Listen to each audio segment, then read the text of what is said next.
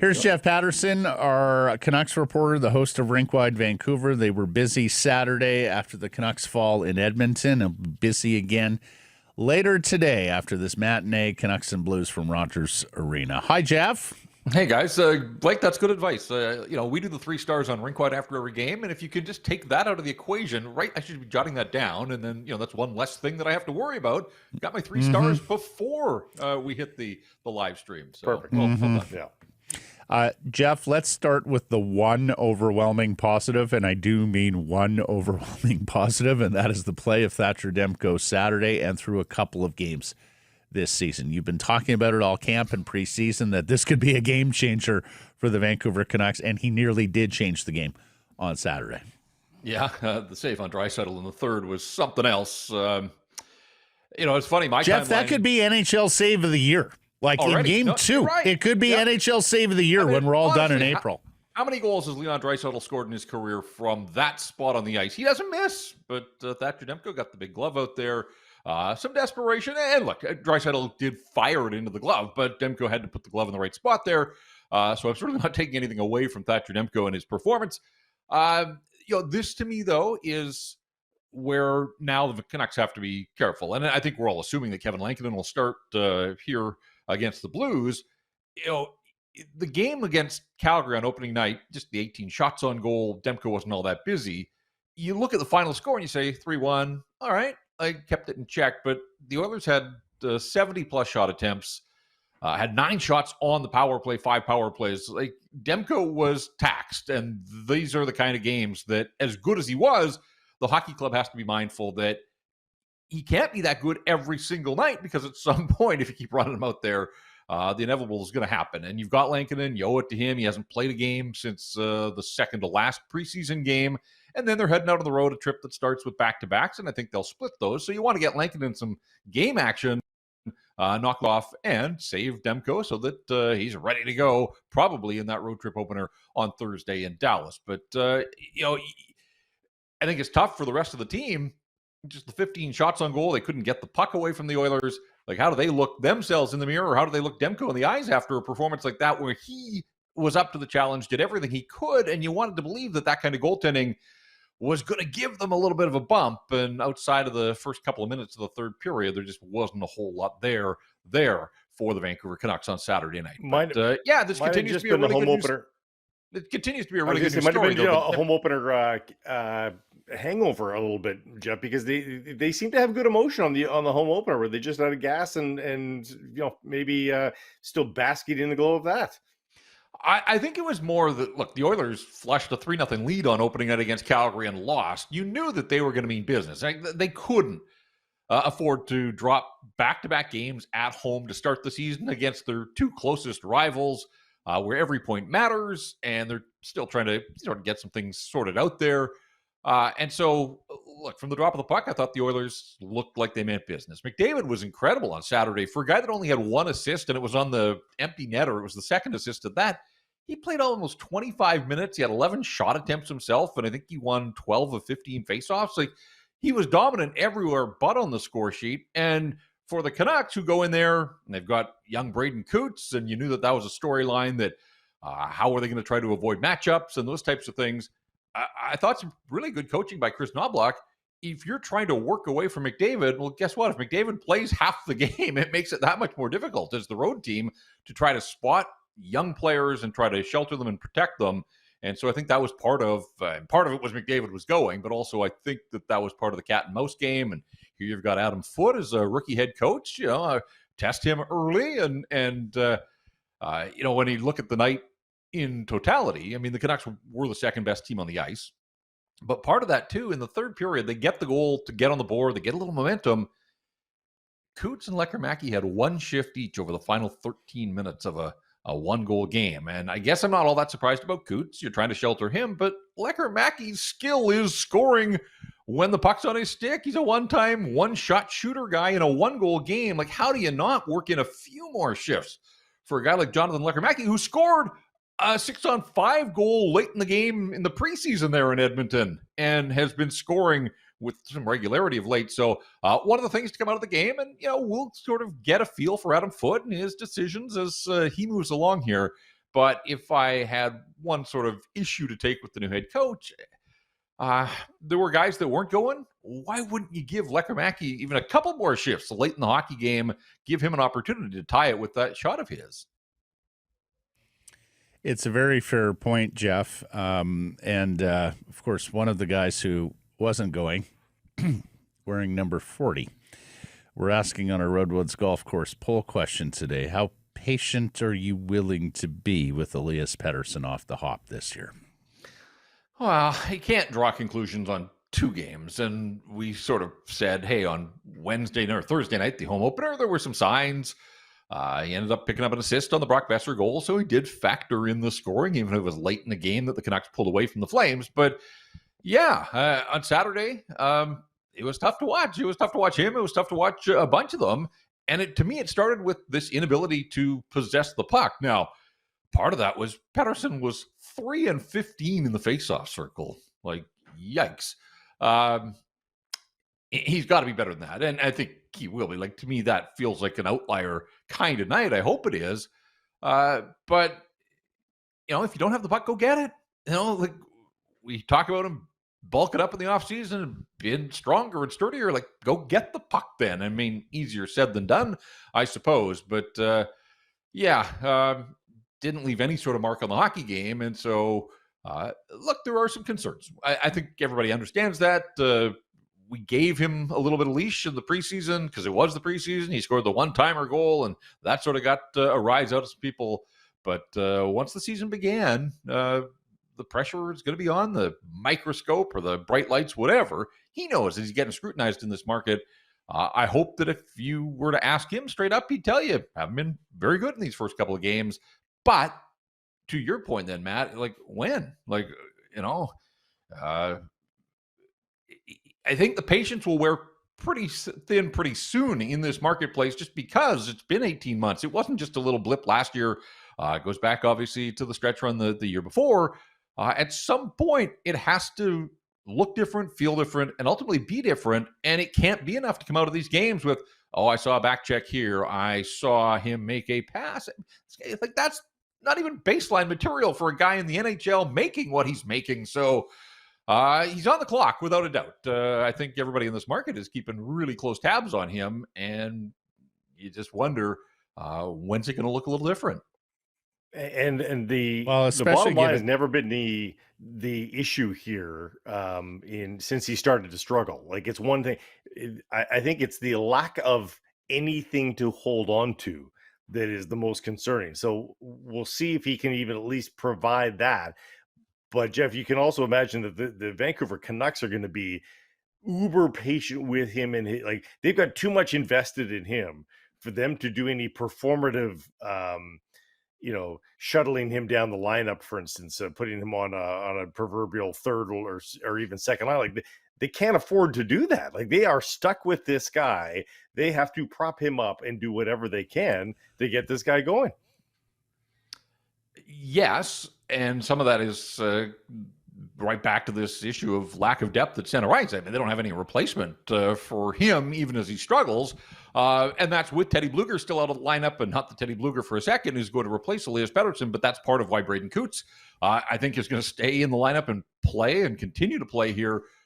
So these issues that we talked about in the summer about what do they have at the center ice position, and that included Teddy Bluger, and of course he's been injured here to start the season. So a little bit of a bind in that regard. But, we know that Adam Foote was taking this softer approach with Elias Pettersson. We also remember that Rick Tocchet got pretty frustrated with this guy. I mean, I think that was fairly apparent. And, so Adam Foote, how long will he stay on this path of, pat on the back instead of a kick in the butt? And ultimately, what works with Elias Pettersson? A coach left town because part of the reason he left town was he had trouble getting his message through to this one particular player that means so much to the Vancouver Canucks. So I'm really curious to continue to watch and monitor the relationship between Adam Foote and Elias Pettersson. Foote knows that he needs Pettersson to be somewhere close to his best if this team is ultimately going to get where it wants to go. But so much of that is on Elias to make it look different than it has here through the first month of training camp and preseason. And I saw you wrote on this, your Canucks Army mailbag, Jeff. We talked about it last week. Paterson with DeBrusk and Besser.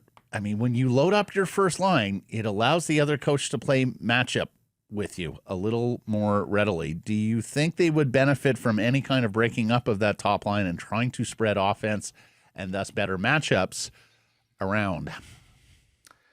I mean, I did write about it, and it's there for anybody else that wants to read it. I'm sort of laughing a little bit only because, like, Brock Besser has scored in each of the first 2 games at 5-on-5. So, like, that line has found a way. They didn't get scored on in Edmonton. Like, it hasn't been dreadful, but it also hasn't looked any different for the guy in the middle than it has for the last 18 months. And so, I think at some point you'll see Evander Kane get an opportunity on that top line, but that probably means that Jake DeBrusk slides down. I don't think Besser and Philip Hedl, to me, like that, we saw it a little bit last year, late in the season. Hedl does everything at top speed, sometimes to his own detriment, and we know that Besser isn't a burner out there. Like, I just don't see that one's a match, so I think that it has to work. They're committed to both Elias Pettersson and Brock Besser, and those guys have played together in the past. They've had some success, and again, Besser off to a nice start here with goals in both of the games. So it seems a little premature to be busting up that line, but to your point about matchups, I mean, they're about to go out on a 5-game road trip where they won't be able to dictate any of that. And this is where an injury to a guy like Nils Höglander comes into the equation, because not that Nils Höglander is the answer, but Nils Höglander can be used in different roles and different places. And if you had, any member of that top line that wasn't going for a game or two, you could stick Höglander in there. Like, they could try Kiefer Sherwood higher in the lineup. I don't have a problem with that. Scored the other night, 19 goals last year. But I think big picture and long term, like, Kiefer Sherwood is not a top 6 player in the National Hockey League. Like, that's not what he's designed to do. He overachieved last year. It was terrific for him. He's going to be able to cash in with a new contract. So in a pinch, I don't have a problem if you move Kiefer Sherwood up for a game or two. But I think when I look at the Vancouver Canucks and the component parts, I like Sherwood slotted where he is, sort of in that third or ultimately in a 4th line capacity. So we'll see how it goes. But these were the issues that we talked about all summer, right? Like, goaltending, check. Defense should be better, and so far, defense has been fine, but will they be able to generate enough offense? They did in the 3rd period against Calgary, but otherwise, the other 5 periods of hockey that they've played, they have 1 goal in the 1st or 2nd periods of these first 2 games. So it's not like they've been firing out of the gates and lighting up opponents and getting big leads and all those types of things. It's taken them a little while to wade into hockey games. That's something that they're going to have to be mindful of as well. And we spent a lot of last season talking about, what was with the slow start? Why weren't they ready from the drop of the puck? Again, 2 games. I don't think you make sweeping generalizations, but haven't loved the way that they have entered either one of these games to start the season. This is a home game versus the Blues here. You wonder, you touched on this, are we going to see a big disparity in home and road record here this season? A thin team that can be so easily matched, as you talked about. Is it going to be tough sledding away from Rogers Arena? But when you've got all the conditions that are right and you get to dictate matchups a little bit better, does that playing field get that much more level at home where, hey, they might be able to fashion a pretty decent home record, but then struggle to get to 500 on the road? Yeah, I mean, the potential is there, I suppose. A lot of that comes back to your own players holding up their end of the bargain in those situations. And again, we don't have enough of a sample size. Philip Hedl looked really good on Thursday night against Calgary. Philip Hedl did not look very good in Edmonton on Saturday night. Not just the giveaway, but he took the penalty in the offensive zone with about 6 minutes to go when they're trailing and trying to claw their way back into the hockey game. So it wasn't a great night, but it wasn't a great night for anybody among the skaters for the Vancouver Canucks. So, yeah, I mean, again, something that we'll see. When I look at this matchup in particular against the St. Louis Blues, I think the Blues are a flawed team. They've got some issues like every team does in the salary cap world. But one thing that St. Louis has working for it, and it is sort of ironic that the name Pia Suter is going to enter the equation here and now, but you've got Robert Thomas, you've got Braden Shen, you got Pia Suter, 1, 2, 3 down the middle. Like, that's pretty solid at the center ice position. And even though the Blues are the road team here, when you're talking about matchups, you're looking at a Canucks team that Atu Ratu, Braden Cootes, there's some inexperience there. Certainly not the pedigree of the three guys that I just mentioned on the other side for St. Louis. So I will be curious to see how the Blues combat the Vancouver Canucks, and ultimately what does that leave on the table for the Canucks to try to capitalize in this game that, I think these are two teams that ultimately could be scrapping it out at the end of the season. So I know it's only October 13th and it's the third game of the season, but every point matters. If I'm the Canucks, I don't want any part of heading out on a 5-game road trip with just one win in your first 3 games where you've had the kind of goaltending that they've had so far. So small H, but a little bit of heft, I think, to this one against a conference opponent in the Blues this afternoon. Yeah, I hear you. We started with the overwhelming positive, Jeff. So let's bookend it with another positive. I was really worried about this penalty killing. It's been damn good. And you've seen guys still, like Connor Garland played forever on the PK on Saturday night, but Ratu and DeBrusk even, who hasn't killed a lot of, like, we haven't seen it, but a word or two on the penalty killing unit, which thus far is perfect through 2 games. Yeah, 9 for 9, and against the Oilers the other night, 5 for 5. Now, it gave up a lot of shots. I think the Oilers had 9 shots on goal in their 5 power plays, so they were zipping it around. And again, when you got McDavid and Draisaitl, you're going to generate, and you got Evan Bouchard and the cast of characters that they've got there. But through it all, and without Teddy Bluger, and as you mentioned, like, it's been a cavalcade of pretty much everybody, aside from the real youngsters, are getting an opportunity here. Ratu was terrific in the faceoff circle the other night, which is what he has to be. If he's not going to contribute in other ways, and there will be nights where he does, but I'm saying for him, that has to be part of what he brings to the mix on a nightly basis. And it was good to see Aatu Ratu dominant in the faceoff circle again. So whether it's Sherwood, whether it's Drew O'Connor, as you said, Connor Garland getting an opportunity. And I'm kind of curious to see, like, Brock Besser, I think, has the hockey IQ to be a penalty killer. Adam Foote has talked him up. Apparently they're going to experiment. In zone, I think Besser can read and react and those types of things. Probably not a threat to break away on a shorthanded opportunity, but that's fine. We'll leave that for another day. Small steps to get things started. But it feels like an on-the-job audition right now that they're going to wheel through these guys and try to figure out. And I don't know if that means 5 games or 10 games or how much the coaching staff has to see before they settle into a rhythm here. The other thing that just getting off topic a little bit, but when we talk about Braden Cootes, only 9.5 minutes the other night. If he's not going to get to 10 minutes, then he has to get back to Seattle. And, if he plays here against the Blues, that's 3 of the 9 games already. And so I get it. It was a tight game, and the matchup game against McDavid, all of that. I understand why it happened, but, they're not practicing much right now. They had Sunday off. Then they're heading out on the road where there won't be many practices. It's not doing a ton for Braden Cootes' development if he's only going to get 9.5 minutes. The other part is Max Sasson with goals in both games this weekend for Abbotsford. The old remember me down here on the farm. At some point here, if Cootes goes back, I think Sasson's really doing his part to put his best foot forward. Great start to the season for Abbotsford, getting 2 wins out on the road.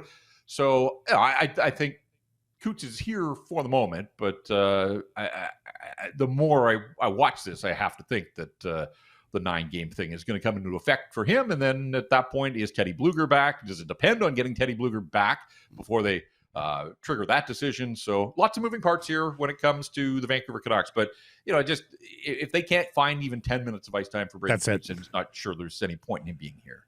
Yeah, and I'm with you too. I'm not even sure it's a Teddy Bluger equation anymore. If Max Sasson continues to play well, and you just think you're going to get more out of Sasson, I think you have to make the move. Matt, on your those terms as well. Your parenting sandwich was the same side of the bun. Demko is great. The penalty killing is 9 for 9. Demko is great. Blake has been teaching me about the parenting sandwich, Jeff. As you know, I have no children, but you start with the positive, then all the crap in the middle, and then you end with the positive, and so you leave the person feeling a little bit better about everything. Yeah, but that's just Demko, and more Demko. And the penalty. Yeah, unfortunately, I think it'll be Lankinen here. So I'm curious to see if what do 2 really good performances by Thatcher Demko do to Kevin Lankinen. I always maintain, like, goalies can't want to stop the puck getting more than they already do. So, yes. A motivated Kevin Lankinen, but he's battling for starts, right? And so Demko's put his best foot forward twice. Now it's over to Kevin Lankinen, and we'll see what he does because, again, they've got a compressed. We're going to hear a lot about compressed schedules, but it is on this road trip, short order, starts with back-to-back. So Lankinen's going to get his opportunities here. Demko has served notice that he's ready to go, and we'll see if Lankinen is able to do the same thing for the Vancouver Canucks. And again, I don't want to make more of it, but I just think everybody would feel a whole lot better about this group if they head out on the road 2-1 rather than just one win in their first 3 hockey games. Okay, so not quite a must win, but no. We won't do really want to win. Yeah, I really want to win. Thank you, Jeff. Until Friday. Appreciate this. Yeah, happy Thanksgiving, everybody.